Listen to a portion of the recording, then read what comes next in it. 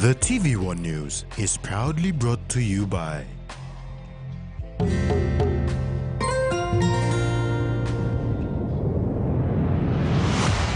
BSP, our bank, our people.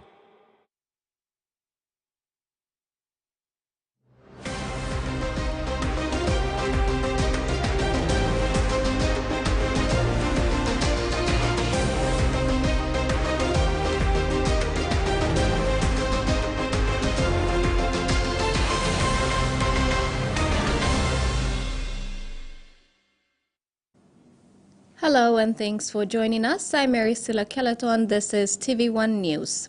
And I'm Rex Lita. Join me later in the sports segment.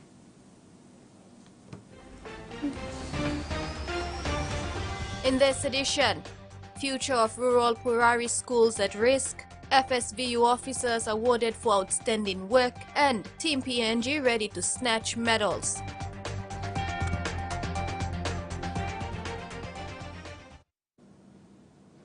The Rotary Club of Port Moresby has recognized the outstanding performance of two senior police officers through the presentation of awards in Port Moresby today. The award, known as Paul Harris Fellowship Award, was awarded based on the outstanding contribution of these female officers from the Family and Sexual Violence Unit of the Royal Papua New Guinea Constabulary. The Rotary Club of Port Moresby's Paul Harris Fellowship Award is one of the highest honors Rotary can be sought to a person. Based on Rotary's community professions and in recognition of their outstanding contribution, the award exemplifies the highest ideal in Rotary. The award was presented to Family and Sexual Violence Unit Chief Inspector Delilah Sendika and Sergeant Lisa James from Papua New Guinea to Australia Policing Partnership. They were presented with these awards in Port Moresby today. Port Moresby Rotary Club President Robert Heisey said Rotary Club Port Moresby collaborated with the police department, especially the FSVU, with the objective of supporting the department with resources to help victims of family and sexual violence. Based violence, family and sexual violence, indeed, all forms of violence continue to be a serious threat, especially to our women and girls in Papua New Guinea. IC said based on the tremendous work they have done so far in supporting victims of sexual violence, their job was made easier through the tireless work of the first awardee, Delilah Sendika, whom have worked very hard behind the scene to ensure the victims are given the support they need since taking on a role in 2016. In that regard, that Rotary International also recognizes that issue, and it's a global issue. And having worked where at the UN, I know we can talk about global issues, but I think the more important aspect is that we localize it and we adapt it and we think about it at the national level, and that's where our two honorees come into the picture. The two people we are honoring this afternoon. IC said Sergeant Lisa James was also presented with the award due to her expertise that have changed the lives of many women and girls in PNG in the past 6 years. Provided outstanding leadership and has been instrumental in the expansion of the Family Sexual Violence Unit in Papua New Guinea, helping her develop the FSV units around Papua New Guinea. The awardees thank Port Moresby Rotary Club for recognizing the commitment to women and girls in PNG. They said these awards are a moral booster to work harder at protecting women and girls in PNG against gender-based violence and sexual violence in the country. Tracy Parr, TV1 News. Greater political influence over bureaucratic systems is one challenge that affects the effective implementation of the sector and sub-national development plan in the past medium-term development plans. The recent consultation workshop of MTDP4 also found out that unsolicited funding is also prevalent and a cause for concern, especially impromptu political projects that enter the budget. In most cases, most projects are misaligned to MTDP programs. And innovative approaches for the government to enhance transformational economic growth for PNG. With these successes also came a multiplicity of both internal and external challenges that impeded the full potential of the plan over these periods. The recent consultation workshop by the National Department of Planning and Monitoring on the MTDP-4 outlined some of the challenges that impedes the delivery of past MTDPs. They include inadequate and inconsistent funding to complete the programs and projects initiated under MTDP-3, lack of high-level coordination to monitor the implementation of the critical infrastructure, the delay in issuing of warrants to implement the capital budget, and lack of effective governance mechanisms in place to ensure that there is institutional accountability and consistent reporting of government investments. The MTDP-4 consultation workshop therefore recommended that development plans and investment programs must be done in order to be collectively executed as whole of nation for a greater national outcome. The funding of the identified programs for development must also be consistently funded over the MTDP period to get the desired outcomes, among others. Freddie Moe, TVWAN News. U.S. Treasury Secretary Janet Yellen has expressed gratitude for participating in the APEC Finance Ministers meeting in San Francisco and outlined the significant progress made during the two-day event. She emphasized the Biden administration's commitment to strengthening economic ties across Asia-Pacific economies, with APEC being a central platform for such engagement. Highlighting the importance of APEC economies in shaping the global economic landscape, she stressed that collaboration among new member nations is vital in addressing shared challenges, particularly the urgent threat of climate change. During the finance ministers' meeting, efforts were consolidated on key priorities such as monitoring macroeconomic and financial developments, advancing approaches to digital asset regulation, sustainable finance, and inclusive growth-oriented policies. Secretary Yellen highlighted the importance of pursuing policies that expand economic capacity while reducing inequality and protecting the environment.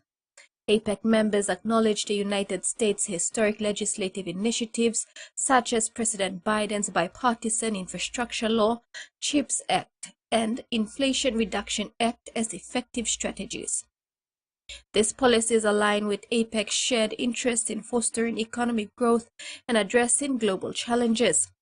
The meeting also saw a commitment to the responsible development of digital assets, recognizing their potential for financial inclusion and reduced cross-border transaction costs.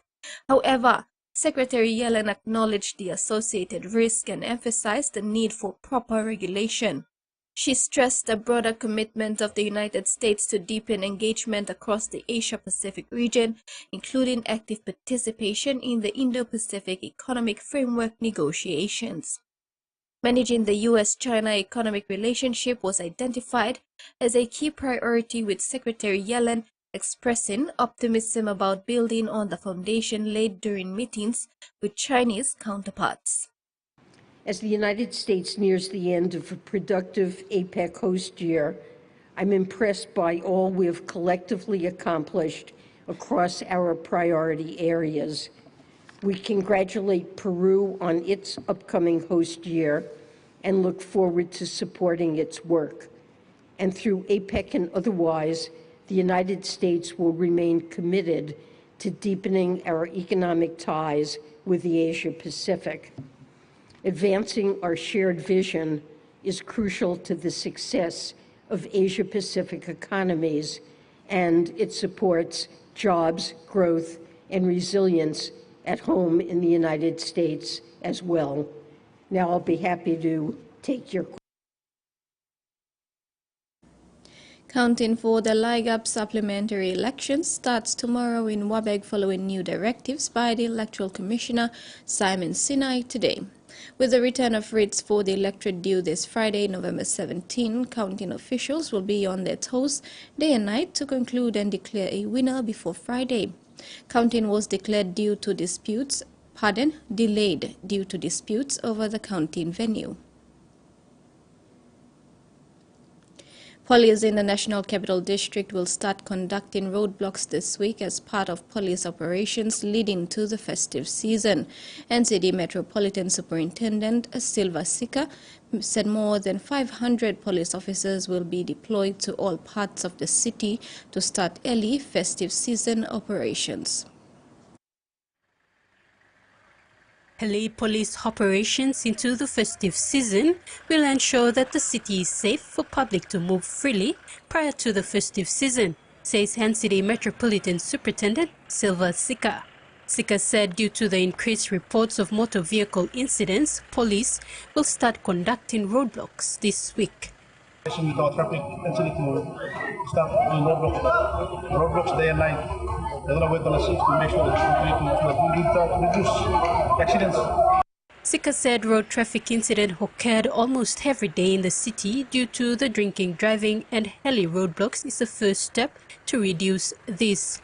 We spread across the entire city to make sure that our city residents and everyone is safe, to give the confidence to everybody by having that, increasing the manpower with the resources that we are currently on it. Sika said tough measures will be applied to people who are caught drinking under the influence of liquor and urge citizens, especially motorists, to be mindful when they are on the road. The MedSub said apart from the roadblock, preparations are currently underway to ensure police personnel are equipped with adequate resources to carry out festive season operations. Tracy Pa, TVWAN News.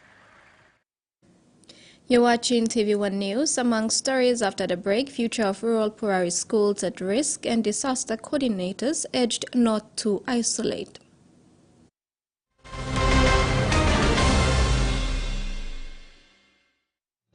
Experience a convenient and smarter way to do your banking with BSB Mobile Banking. You don't have to leave the office or your home to pay for bills. You can view your account balance, transfer funds, top up phone credits, or purchase easy pay units wherever you are.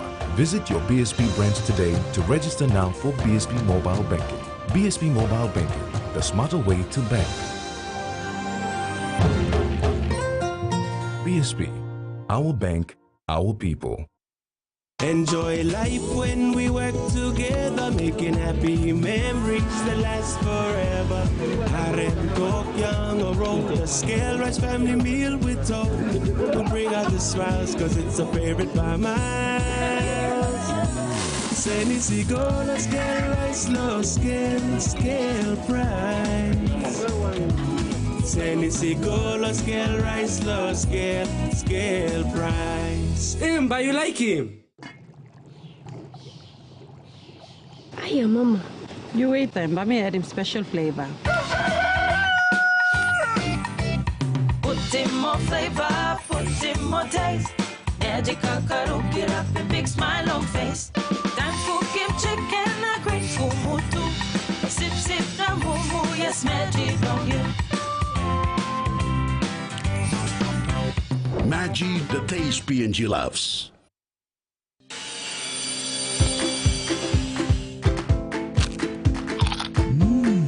Right across the nation, we eat snacks crackers.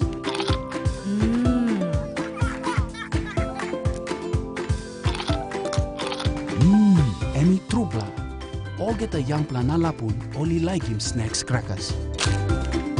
Only make him here, no PNG, one-time lay biscuit company. It's crunchy and tasty.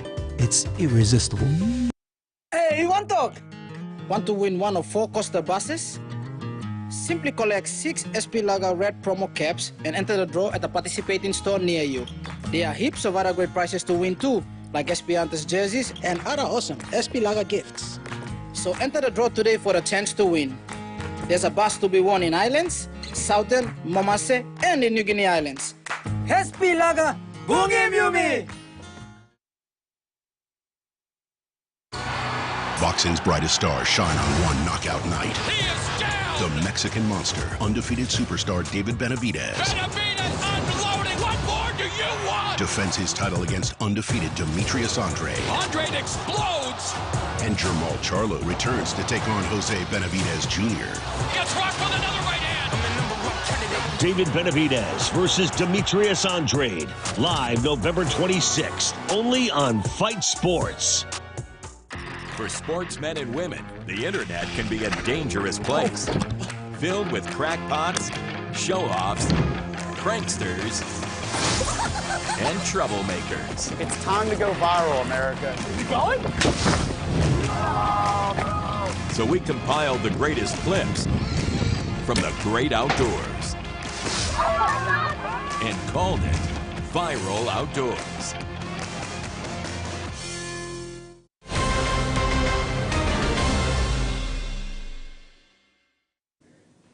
Welcome back. The Nawaib District Administration has committed the district to signing a Memorandum of Understanding with the University of Papua New Guinea's Medical Faculty. Local MP Theo Pelgan, in a media statement, said the MOU, which will be drafted later, would capture the arrangement for more medical students to actively serve in health facilities in Nawaib. MP Pelgan was at Situm Health Centre recently attending to the completion of training for several medical students. The trainees were on medical practicum for the last 4 weeks at Situm Health Centre and contributed immensely to the functions of the facility, including providing manpower and resources to service and assist the sick. The 23 students were from the midwifery, nursing and intensive care unit faculties. MP Pelgan thanked the students by presenting each one with medical work kits that include stethoscopes and basic tools they would need later in their career. Many rural schools in Papua New Guinea not only lack proper infrastructure and qualified teachers, but their service is literally non-existent. This was visible in some communities along the Purari in Gulf Province. Investing in teachers is investing in learning and This is contrary to the Education Minister Jimmy Ugoro's speech at the 42nd session of UNESCO in Paris, where he said investing in teachers is investing in learning. Schools in the Aumu, Aibai, and Kaivaria communities along the Purari in Kikori District, Gulf Province, do not have teachers that Ugoro is boasting about at the International Forum. For Aumu village, they have one teacher who teaches elementary through to grade 2. They also have a volunteer phonics teacher who gives up her personal time to ensure children of the village learn to read and write at a basic level. The same is not true for Aibai and Kaivaria villages. It is told that the village children here make long trips by river daily to the nearest schools in other villages such as Evara for want of teachers in their own schools. Many choose to forgo learning and remain at home in the village. In Aibai, locals say the village has a volunteer that teaches phonics, but gave up and left, leaving the village children up to their own devices. Many parents in both villages said those who have families living in towns and cities outside Gulf Province are fortunate to send their children to go live with them and attend school. A young mother, Emily Evara, from Kaivaria village, has 2 young sons and a 2-month-old daughter.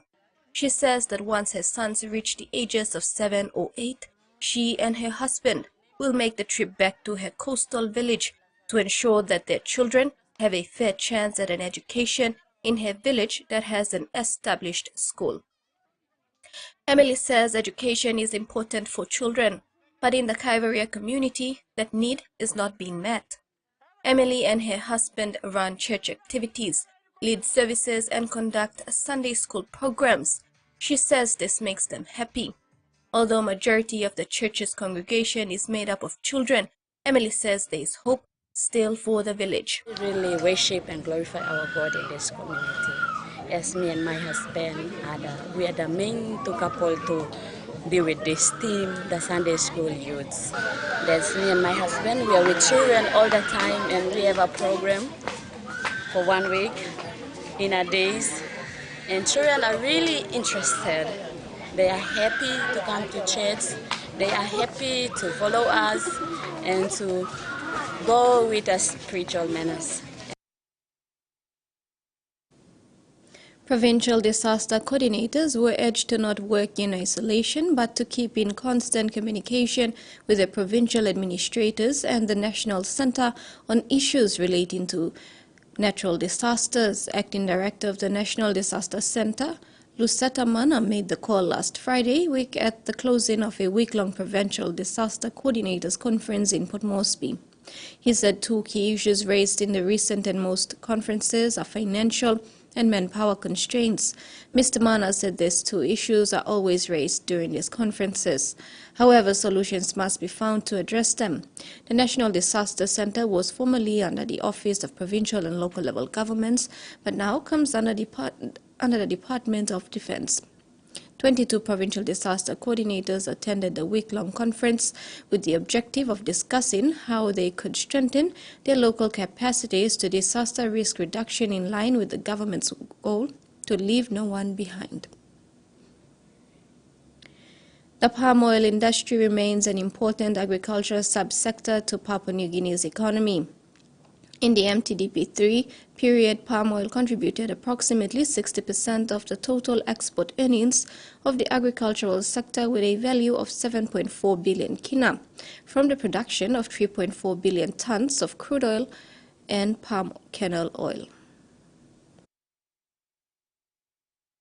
In an effort to create a conducive working environment amongst the growers and the milling companies, the Oil Palm Industry Corporation, under the leadership of Minister for Oil Palm Francis Galia Maneke, completed a nationwide consultation workshop gauging views from all stakeholders for a review into the OPIC Act 1992. We are restricted environmentally. That is why there's not so much of expansion into customer land as we know Papua New Guinea. About 97% of land mass in Papua New Guinea is still customarily owned. Maneke says the Maraperoso government is committed and he is determined to provide the leadership in an endeavor to grow and expand the development of the oil palm industry going forward. And the other very important agenda or the policy that the government is embarking on is to be able to maximize benefit for our growers, the oil palm growers in Papua New Guinea. Either be by landowners, either be by growers. We really have to see by way of now with the policy and guiding the two legislations, two bills, we really have to see that there is maximum or there must be some sort of maximum benefit to the growers as now developments taking place in this country. The government's goal for the oil palm subsector is to double the production level from 657,000 tons in 2021 to 1.3 million tons by 2027 and increase the share of palm oil export value to 66% of the total agriculture sector exports. The government will invest in the following programs: Oil Palm Development Program, Palm Oil Downstream Processing and Industrial Hub Development, Customary Land Mobilization, Smallholder Oil Palm Commodity Access Roads Upgrade, and Oil Palm Research and Development Program. In the MTDP3 period, palm oil contributed approximately 60% of the total export earnings of the agricultural sector, with a value of 7.4 billion kina from the production of 3.4 billion tons of crude palm oil and palm kernel oil. The palm oil subsector is a private sector-driven industry with many villages and smallholder oil palm block owners involved. Given the prominence of the industry, the government created a new palm oil ministry in 2022. Freddie Moe, TVWAN News. And now the finance news. The kina closed unchanged at $0.2695 in the interbank market. At Bank South Pacific, our kina was buying $0.2610 $0.4069 Australian dollars, 39.2364 euro and 39.28 Japanese yen. Looking at commodity prices at New York closed, all closed higher except gold, which closed a day lower. And on the stock market, the Dow Jones closed higher, ASX closed higher, and all ordinaries closed higher as well. This is TV1 News. We'll have news from overseas when we return. Stay with us.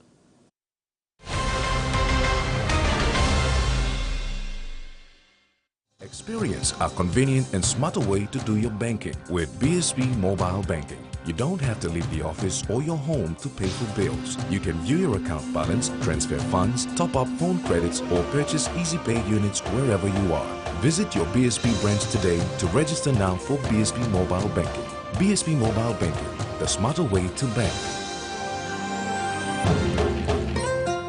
BSB, our bank, our people.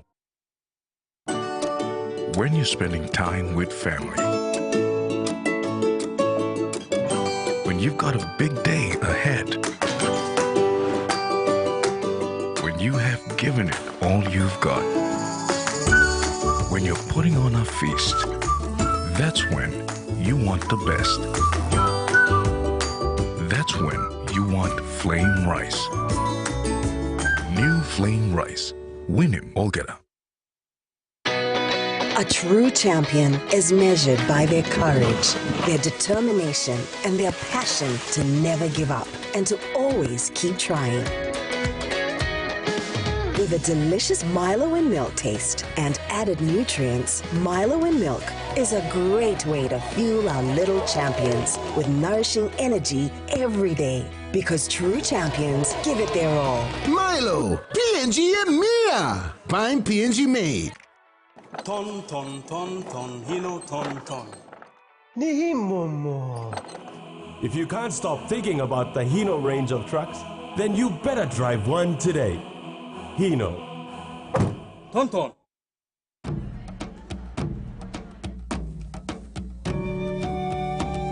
Number One Super wants our members to have the happiest retirement possible. Just an extra 10 kina a week could mean an extra 50,000 kina when you retire. This is known as a voluntary contribution. So call us to find out how to add a little extra to your super payments now to boost your super savings later. Hello, WWE Universe. This is WWE superstar Shayna Baszler, the Queen of Spades. I'm here to set it all on fire. Watch WWE on Digicel TV. For sportsmen and women, the internet can be a dangerous place. Filled with crackpots, show-offs, pranksters, and troublemakers. It's time to go viral, America. You going? So we compiled the greatest clips from the great outdoors and called it Viral Outdoors. Let's go. Darren and I are traveling around the world to find some new perspectives on some very old problems. I can't believe this place exists. Searching for healthy, sustainable living solutions for the planet. Merge where we live with what we eat. And all who live on it. Woo! From Europe to the Amazon, from superfoods to eco-warriors, welcome to a culture that screams green and responsible. It's time to get down to earth.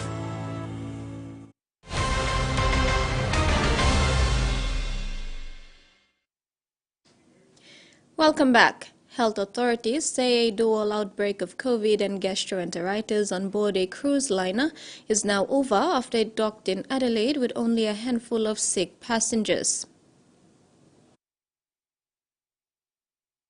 Sailing in its sunrise, the Grand Princess docks in Adelaide. Many of its passengers taking the chance to explore the city, some still recovering from being unwell. You was very lucky if you escaped without anything, you know, but yeah, it's just something that goes around. Health authorities have confirmed that the ship with 2,500 passengers on board was hit with dual COVID and gastro outbreaks that are now under control. Some passengers say they weren't told about COVID infections. We were not informed, were we? No. No, we were not informed. Those on board the Grand Princess left Melbourne 2 days ago. Many had also been part of a 14-day return trip to Cairns, which included stops in Sydney and Brisbane. Jodie Brockhus says 3 of her 11 family members had been ill. Oh, it's all throughout the ship, so between deck 5 to 7, all you can smell is sewage. In a statement, Princess Cruises downplayed the health concerns, and while the company wouldn't reveal the number of people impacted, it says only a handful now remain unwell.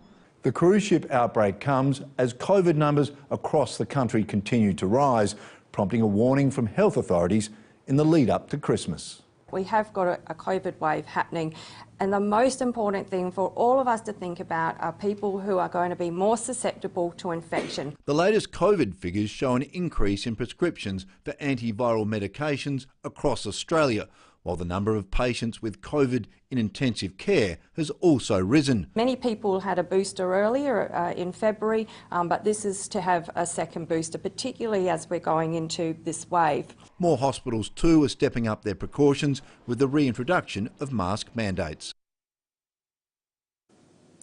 As Israel continues its invasion of Gaza on a mission to destroy Hamas, hospitals in the main combat zone in the north have been caught up in the escalating violence. Gaza's largest hospital, Al-Shifa, is blockaded by Israeli forces and can no longer admit new patients amid increased violence and dwindling supplies, medical staff said. Israel alleges that Hamas hides command centers and tunnels beneath the hospital, a claim that has been denied by Hamas, Gaza health authorities and hospital doctors. Doctors and management say the situation at Al-Shifa is dire, with thousands of displaced people and hundreds of inpatients trapped on its grounds with no food, water or electricity as Israel forces close in. Residents and community leaders have gathered for a reflection service commemorating 1 year since devastating floods shook the community of Yugowara in New South Wales. Well, it's exactly a year ago today that this town of Yugowara in the New South Wales Central West experienced what was later classified as a 1 in 5,000 year flood. Locals have described what they saw on that day as a wall of water or an inland tsunami which poured down off the hills surrounding Yugowara and was funneled into the town itself through the Mandadgery Creek, which is just to the left of us. A reflection service has been held this morning. It's been a chance for the community to pause after a year of trying to rebuild. They've been dealing with insurance company claims, some successfully, many unsuccessfully, trying to repair their homes and businesses and try to get back to a sense of normality. But today, as I said, was a chance for them to pause and to reflect on what they've achieved so far in the recovery process, and also to mourn the deaths of 2 of their residents, Les Vujek and Diane Smith, who were killed in the flood. They've been talking about stories of survival, people who were plucked from trees, others who spent hours on the roofs of houses waiting to be rescued and hoping that those buildings themselves weren't among those that were subsequently washed away. Many of them were. Many houses were moved several metres off their foundations and into other streets due to the force of the water. There's been tributes to the emergency services, the volunteers and even residents themselves who risk their own lives to save others from roofs, from cars, from homes themselves to get them to safety. The bravery and the dedication of those people was acknowledged. But there's also been some light-hearted moments, people talking about being reunited with pets that they thought had been killed in the flood, or with reunited with personal belongings that they thought had been washed away. One resident told today's service that he was wearing the suit that had been found several kilometres from his house, and it was dry cleaned and pressed and is a testament to the wool industry that it's still going. So some light-hearted moments in amongst what has been a sombre service. Today, later this afternoon, the community will gather for a private community barbecue, which is just for the residents of Yugowara, a chance for them to come together and share their stories and memories in private. A bushfire that's destroyed several houses on Tasmania's east coast has been brought under control. Residents who were evacuated are now waiting for permission to return to their homes to find out what damage has been done. The spot where I'm standing at the moment, which is where Dolphin Sands Road is closed, yesterday there was a big black column of smoke behind us, and as the wind picked up it just kept getting bigger. It forced a new evacuation of residents midway through the afternoon. Later in the afternoon and evening, that wind turned around and ended up in a direction that was favourable for firefighters. They'd built fire breaks and used bulldozers to make containment lines around the blaze. It did jump those containment lines twice, but the third containment lines held, and there were moderate conditions overnight which allowed firefighters to bring the bushfire under control. They've then patrolled it, and new crews have gone in this morning where they're basically mopping up and blacking out, and they are hoping that these mild conditions hold, which will allow them to fully contain the bushfire. Now, at the moment, there's rapid assessment teams in the fire ground. They're checking all of the damage, looking for damaged power poles, trees that might fall down, and they're also checking out all of the properties. At the moment, the Tasmania Fire Service has confirmed that 2 homes, 2 sheds and a vehicle have been destroyed. They say there could be further property losses, but they're not going to update that assessment until they've finished it. And now the wait is on for residents to get back in and check whether their properties have been damaged. Laura, what's next for residents? Well, the residents are not likely to be allowed in until mid this afternoon. An inquiry into suspected LGBT hate deaths in New South Wales has wrapped up in Sydney after 18 months of hearings. This inquiry was set up to examine unsolved cases in New South Wales between 1970 and 2010, where deaths are suspected of being the result of gay hate bias. Now, during the course of public hearings, it closely examined 32 unsolved cases. During a closing address today, the senior counsel assisting, Peter Gray SC, reflected on the last 18 months and what's been revealed here. He said the relationship between the LGBT community and the New South Wales Police Force, as well as the changes to that relationship over time, are complex and at times contentious. The same, Mr Gray said, was true of the relationship between the inquiry itself and the police force. He reflected on several disappointing elements, including the problems around police producing material to the inquiry, sometimes late and sometimes not at all, because it had been lost or destroyed. Now, Mr Gray also mentioned that although the New South Wales Police Force has issued public statements of support for this inquiry, at times that was difficult to reconcile with positions and stances that lawyers working for the New South Wales Police Force have taken inside the hearings. For example, the attempts at one stage to have different subjects ruled outside the scope of the inquiry. My purpose in mentioning these matters today is not to re-agitate the strengths or weaknesses of such stances and positions taken by the police. They have already been dealt with as needs be by your judgments and in the correspondence which is in evidence. Rather, if such examples do indicate, as they might appear to do, a defensive or adversarial approach on the part of the police, that would represent in the minds of many observers of goodwill a regrettable missed opportunity. Also in his closing address, Mr Gray read out part of recent correspondence from the New South Wales Police Force to the inquiry, in which the police force said the Commissioner of Police is looking forward to the final report. One of the other major things we learned from this closing address today is that in addition to the public hearings of this inquiry, there have also been almost 50 private hearings. 45 witnesses, including persons of interest and other people who might have had information about these unsolved cases, gave evidence behind closed doors. The reason that was done privately was so as not to prejudice any potential future investigations or prosecutions. When he was talking about those private hearings, Mr Gray didn't go into any detail, but he did say during his closing address that the evidence heard during those private hearings shed considerable additional light on the unsolved cases and might result in new lines of inquiry or investigation. The Commissioner, Justice John Sacker, is now due to complete his report by December 15. New Zealand Defence Force personnel with 2 Royal New Zealand Air Force helicopters arrive in Honiara to support the Royal Solomon Islands Police Force as the country prepares to host the Pacific Games. Around 5,000 athletes, officials and support staff are set to participate in the Games, with many thousands more visitors expected in Solomon Islands for this event. As part of preparations for hosting the major sporting event, the Solomon Islands government requested security support. Members of the NZDF will join personnel from Australia, Fiji and Papua New Guinea in assisting the Solomon Islands Police to deliver a safe and secure Games.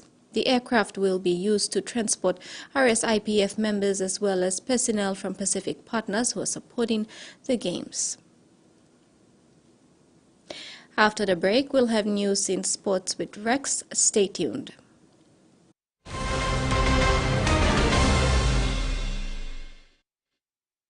Without a doubt, you care for your loved ones. You want to keep them safe, whoever they may be with, wherever they may be, in the home or facing the world outside. Don't let anything stop you, not even bacteria. Protex helps protect your skin with natural extracts. Boosted with flaxseed oil, Protex helps eliminate 99.9% of bacteria for healthy skin. And with the power of natural goodness, you're ready to play every day. Protex, for the good health of your skin.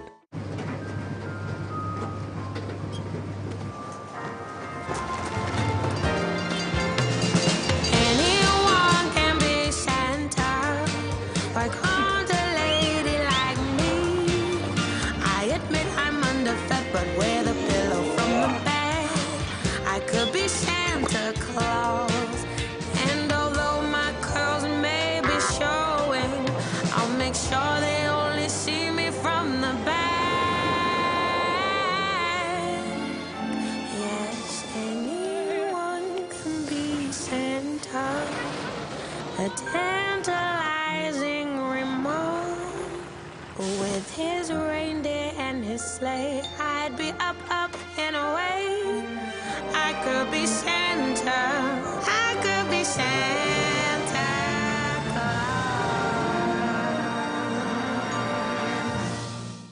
Claus. Get ready for more! Digicell's new Big Plus Supersized Data Plans.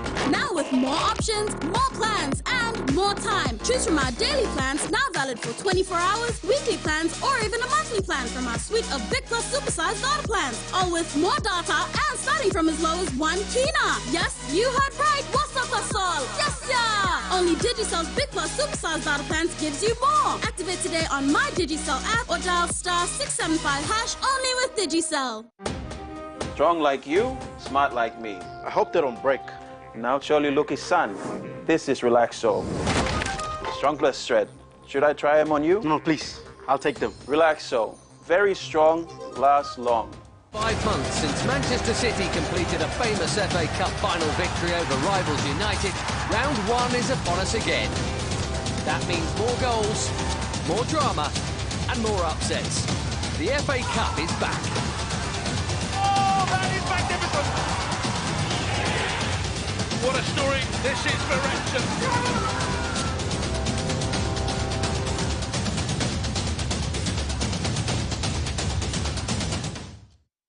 For the first time ever, Backroads leaves Australian soil. Hi, I'm Tanya Bale. I'm excited to show off a part of Papua New Guinea that's close to my heart. To uncover the vibrant and resilient spirit of Rabaul. It's a place where nature's glory can suddenly be eclipsed by its fury. The mountains, the volcanoes, the ocean cannot speak. We will tell the story.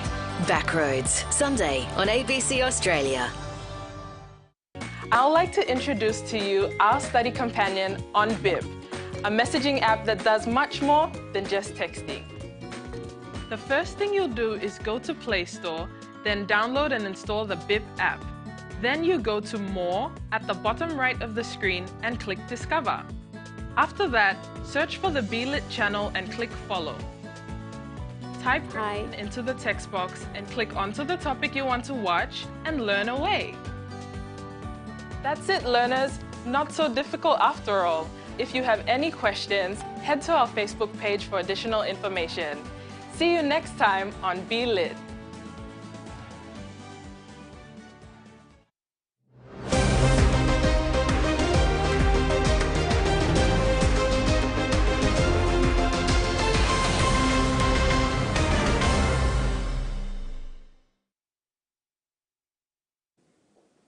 Welcome back. A new SP PNG Hunters head coach and the training squad for the 2024 Host Plus Cup season is scheduled to be announced this Thursday, 16th November 2023.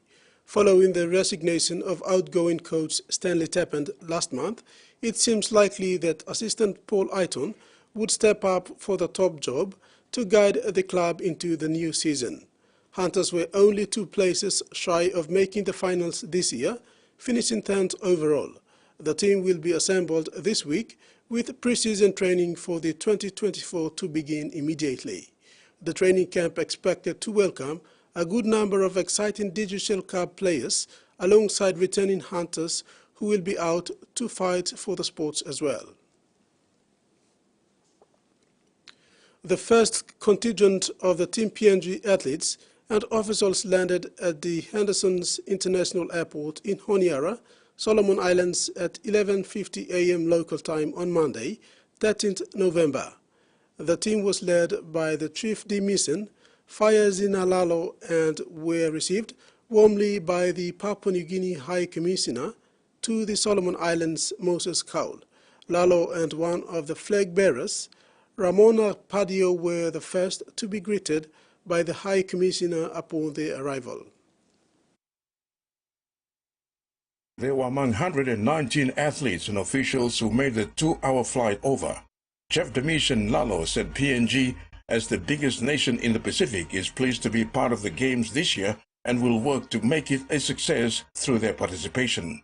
On this flight is about 136 Team PNG members, including athletes and officials. So that's made up of the footballers, the 5x5, and table tennis, and of course the officials. Our next charter is on Wednesday. For flag bearer Padio, who is the captain of the women's football team, they will be defending their gold medal from last Pacific Games in Samoa, but also aiming for their 6th consecutive title. She said she is confident in her team and will be working hard to achieve their goal. Also in the welcome party were senior members of the Royal PNG Constabulary who were on special operations in Honiara. With them was former PNG Kumul's 5'8" and 2015 Pacific Games Rugby League 9's gold medalist Ase Boas. The teams will use this week to settle in and do their final training and preparations before the competition begins. We expect to excel in all sports, to be honest. I mean, nobody competes in these games to not do their best, right? So we expect the athletes, under the leadership of their coaches, trainers, team officials, to do their best, and we're hoping that that results in a lot of medals for our country. The Games opening ceremony will be held on the 19th November at the National Stadium in Honiara. The Chef de Mission noted there is a lot of support through encouraging messages, logistical assistance, and kind gestures from the local people, and it is helping them to settle in well. Terry Longwood, TV1 Sports. The PNG men's and women's sevens teams were impressive, despite going down to Samoa and Fiji in the recently concluded Oceania Rugby Sevens Championship held in Brisbane, Australia. After defeating PNG, Samoa men's and Fiji women's booked direct entry for the 2024 Paris Olympic Games in France, but for PNG, it was a hard luck as they focus on their Challenger Series. Both men's and women's teams enjoyed undefeated runs until their final matches, where they were given reality checks by the top-tier sevens teams. PNG Rugby Union President Paul Siwi said the PNG men's and women's sevens teams may have missed out on the direct qualification to Paris Olympics, with Samoa men's and Fiji women's taking out the Olympic direct spots. But finishing as one of the 2 next best placed sides alongside Tonga, PNG have qualified for the final Olympic qualifier next year and also the World Challenger Series. Siwi added that the World Challenger Series will be 3 tournaments next year, where the top 4 sides at the end of that series that play the bottom 4 sides at the end of next season from the World 7 Series for qualification for the following season 7's World Series. So plenty of tournaments for PNG Sevens men and women next year to continue to build on. The PNG Rugby Union president was adamant that 2023 Pacific Games in the Solomon Islands will have the PNG Sevens teams on their international events, as he expects Tonga, Samoa and Fiji to file in the same team in the Pacific Games. The PNG Sevens teams remains hopeful for the future international events after the 2023 Pacific Games in Solomon Islands. The 2023 Lay Rugby League Grand Final ended prematurely on Saturday without an eventual winner due to spectator violence. The Lay Rugby League management is yet to announce a decision for the Premier Men Grand Final match between 13A Bulldogs and 14B Pirates, which was called off 15 minutes ahead of full time due to rising spectator violence from both teams. It was evident that spectator violence reached unprecedented levels, posing a greater risk to match officials and other well-behaved spectators.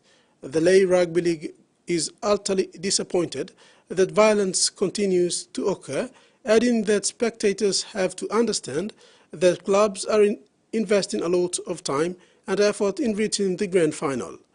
The Lay Rugby League may consider running their grand final in the future without spectators. According to the PNG RFL standard competition rule, no rematch is allowed in the given situation. Samoa's men and Fiji women's have secured their tickets to the Olympic Games Paris 2024 at the Oceania Rugby Sevens Championship 2023 in Brisbane. Brian Lima's Samoa will make their Olympic debut in France next year after they capped a supremely impressive weekend with a 24-0 defeat of Papua New Guinea in the men's Olympic final on Sunday. Early on Sunday at Ballymoor Stadium, Fijiana Sevens made sure of their place in Paris with a 54-0 win in the women's Olympic final, also against PNG. Neither Samoa nor Fijiana could turn their qualification success into a title triumph, however, as the All Blacks and Australia won the respective overall championships final. The Olympic dream continues for PNG men and women, as well as Tonga men and Samoa women, who will compete in the final Olympic qualification tournament in 2024, having finished the Oceania Sevens Championship as the second and third highest ranked non-qualified nations in its tournament. Samoa women missed out on automatic Olympic qualification via the World Sevens Series 2023 by a solitary point and were in no mood to let another opportunity pass them by in Brisbane. Having opened their men's Pool B campaign with a 36-0 defeat of Tuvalu on Friday, Samoa surged into the men's Olympic final with a perfect 4 wins from 4 and without conceding a single point. Solomon Islands were beaten 15-0 before they ran in 52 points against American Samoa and emerged 46-0 victors against Cook Islands. Those results set up a men's Olympic final against PNG, whose standout result on their way to the showpiece match was a hard-fought 24-21 defeat of Tonga on day one. Samoa ensured the final was a much more routine affair. However, they ran out 24-0 winners at Ballymoor Stadium to earn their wait for Olympic qualification.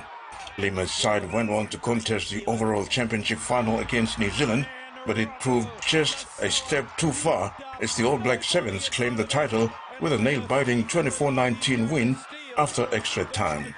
Tokyo bronze medalist Fijiana, meanwhile, had been pipped to automatic qualification by Ireland during the 2023 series, but did not let that disappointment affect them in Brisbane. Fiji conceded only 5 points in their 3 pool matches, beating Cook Islands 15-0, Tonga 38-5, and debutants American Samoa 68-0 en route to the women's Olympic semi-finals. Samoa were then beaten 42-0 in the semi-finals to set up a qualification decider with PNG at Ballymoor Stadium. Terry Longwood, TVWAN Sports. Former NRL journeyman James Maloney has joined North Queensland Cowboys as assistant coach for the next 2 years starting in 2024. Maloney recently retired from rugby league, playing in the English Super League, will bring a lot of game knowledge into the club. PNG Kumul's duo Robert Debbie and Zach Labat would be benefiting from his service. Maloney was described as one of the best 5'8" in his playing era. He played in the 4 NRL Grand Finals. He steered Cronulla Sharks to its maiden premiership title in 2016. Maloney played 247 NRL games, made 15 State of Origin appearances for New South Wales Blues, and had a couple of go in the Australia Kangaroos colours across 9-year career in the NRL. The journeyman had not put on Cowboys jumper during his playing career, but would be a handy assistant to Todd Payton from next year on. The group stage of the Cricket World Cup has finally drawn to a close and a semi-final is lined up to set. India will take on New Zealand in the first semi-final at the Wankhede Stadium in Mumbai on Wednesday. Then on Thursday, Australia and South Africa will write a new chapter in their Cricket World Cup rivalry in Eden Gardens in Kolkata. The winners of the semi-finals will meet in Ahmedabad for the final on Sunday, November 19th. Unbeaten in the group stages, India is riding ahead of the intense pressure wave that their billion supporters are generating. So far, India has looked unstoppable. This year, India has only lost 5 of their 30 matches with 1 no result. Of the 21 matches that have taken place in India in 2023, they have lost just 3, all against Australia. After losing the opening 2 matches, Australia has now won 7 straight to soar into the semi-finals. Their best one-day international winning streak since they won 10 in a row in 2019. That's all the news we have in sports for tonight, Marisila. Thanks, Rex. We apologize we're unable to bring you the weather details this evening. That brings us to the end of the news tonight. Have a pleasant evening. Bye for now.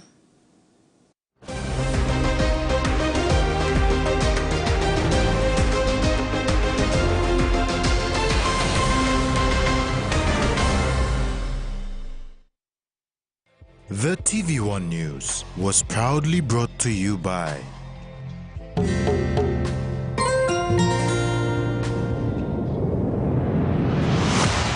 BSP, our bank, our people.